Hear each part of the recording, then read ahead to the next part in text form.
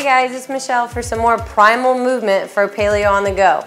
So today we're talking about shoulder problems that are common with the computer junkie, the person that has to be at a desk on their computer all the time, or maybe texting on their phone or on the cell phone.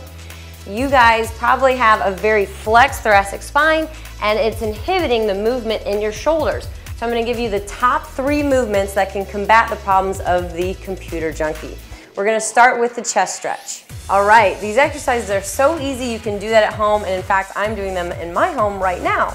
So I'm going to put my elbow right across from my shoulder.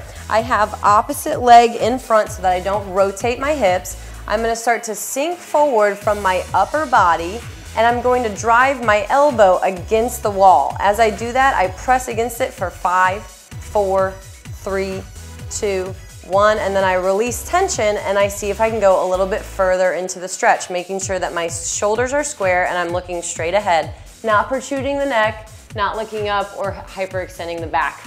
Rib cage down, everything's really neutral as I sink forward. And then again, I press against the wall for 5, 4, 3, 2, 1, and I relax and sink a little bit further forward. This is called PNF, so I'm creating strength in end range of motion. I'm not just sedentary while I'm stretching. I'm driving against the wall and then I'm sinking forward and taking a couple breaths. I recommend you do this 5 times.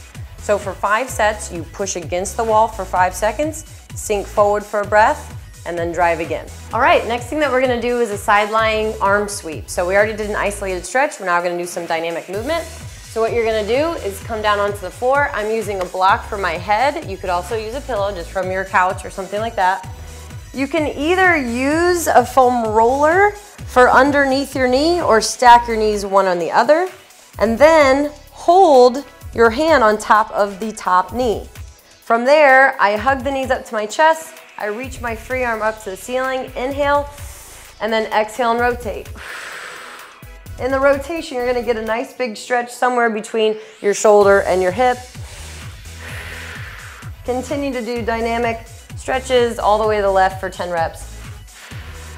And then you can switch sides.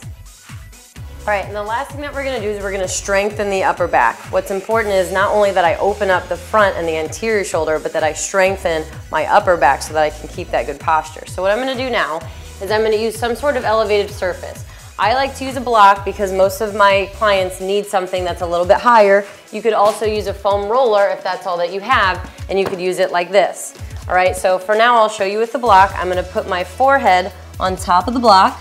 I'm gonna take my hands and put them on either side of my body, thumbs facing up, rest of my hand is in a fist. My butt's on my heels and it stays there. I'm now gonna lift from my thumbs, squeezing my shoulder blades together, hold for 3 seconds at the top, and come back down. Again, I lead with the thumbs, not the elbows. I go as far as I can, squeezing the shoulder blades, hold for 3, and come back down. Do 10 reps just like that. If I were standing and you could see me doing this from this angle, it would look like this. Notice that this is the posture that we want to be in, very contradictory of this, right? So it's gonna help us open up the shoulders and get that better posture that we're looking for.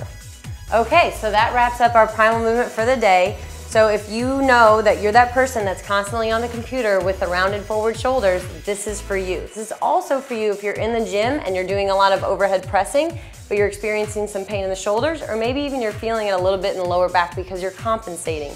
So go through the sequence. Each one is equally important to make sure that you not only have mobility in the front, but we have strength in the upper back. Good luck.